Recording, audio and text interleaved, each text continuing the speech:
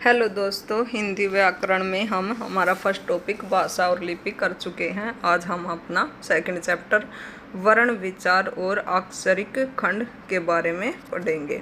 भाषा की वह छोटी से छोटी इकाई जिसके टुकड़े नहीं किए जा सकते वे क्या कहलाते हैं? वर्ण। जैसे पीला, पीला से हमारे वर्ण क्या बनेंगे? पी प्लस ला, पी प्लस ला।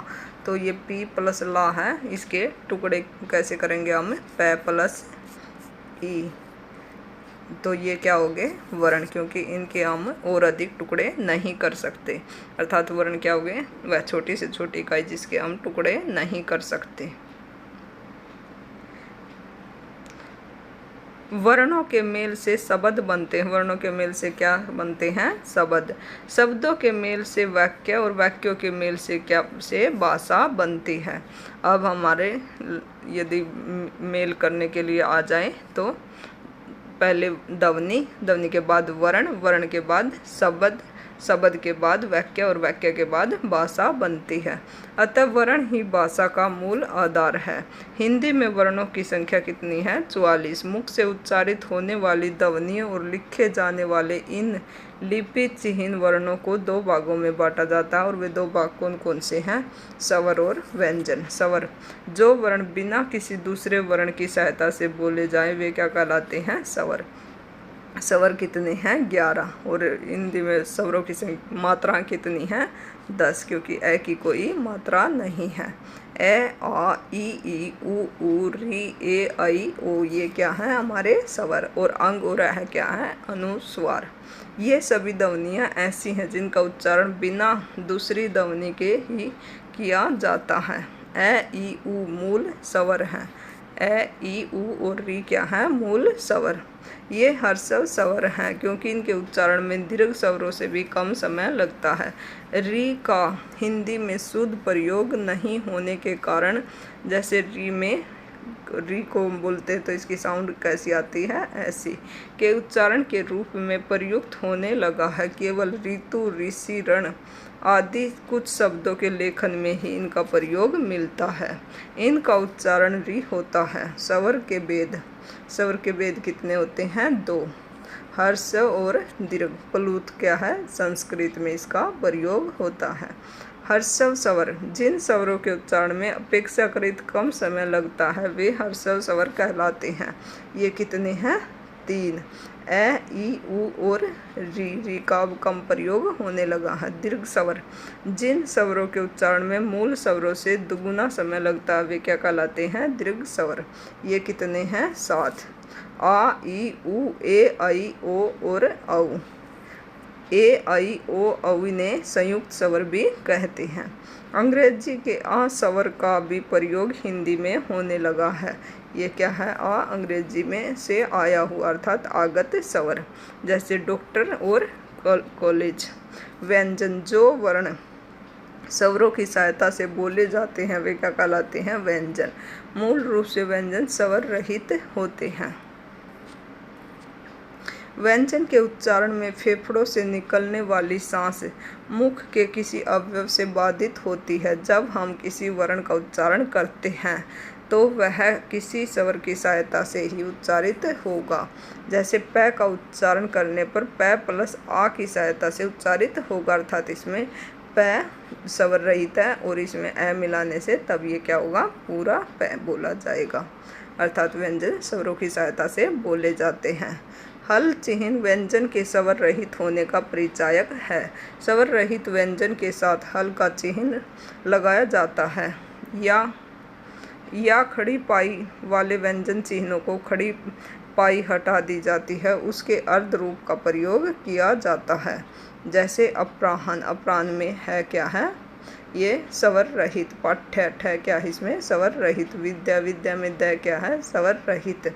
हिंदी व्यंजन निम्न अनुसार है, जैसे ये सब में क्या लगा हुआ है? हलंत, तो ये सभी क्या है?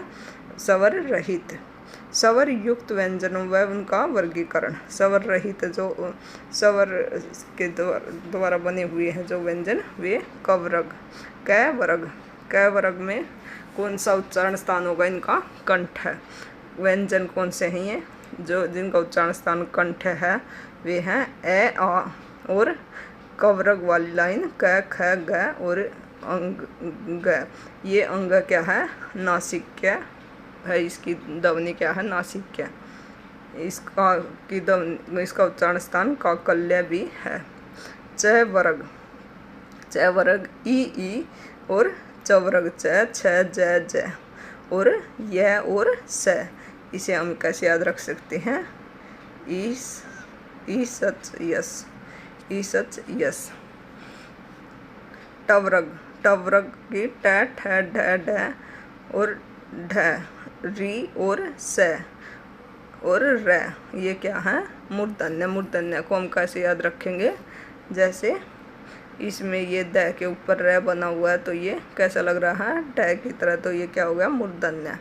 तवर्ग, त वर्ग त थ द द न और लस ल और स। तो ये इसकी क्या होगी? उच्चारण स्थान दंत्य। दंत्य को कैसे याद रखेंगे? जैसे दंत्य त त आ गया इसमें तो ये क्या होगी? तवर्ग। पवर्ग प फ ब ब म और उ इसके उच्चारण स्थान क्या हो गया? होस्ट है। ए आई किसके मेल से बना है? ए प्लस ई के मेल से। तो ए का क्या है? कंठ और ई का क्या है? तालव्य। तो इसका क्या होगा? कंठ तालव्य। व का स्थान क्या है? दंत ओष्ठ है।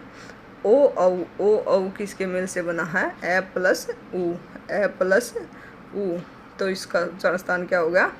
ए का कंठ और ओ का होस्ट। तो इसका क्या होगा? कंठ होस्ट है।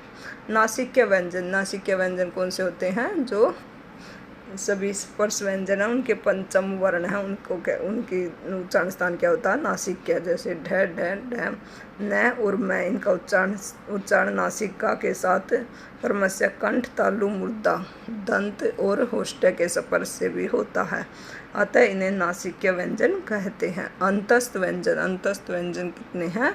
4 य र ल व। ये क्या है? अंतस्थ व्यंजन। ऊषम व्यंजन, ऊषम व्यंजन स है।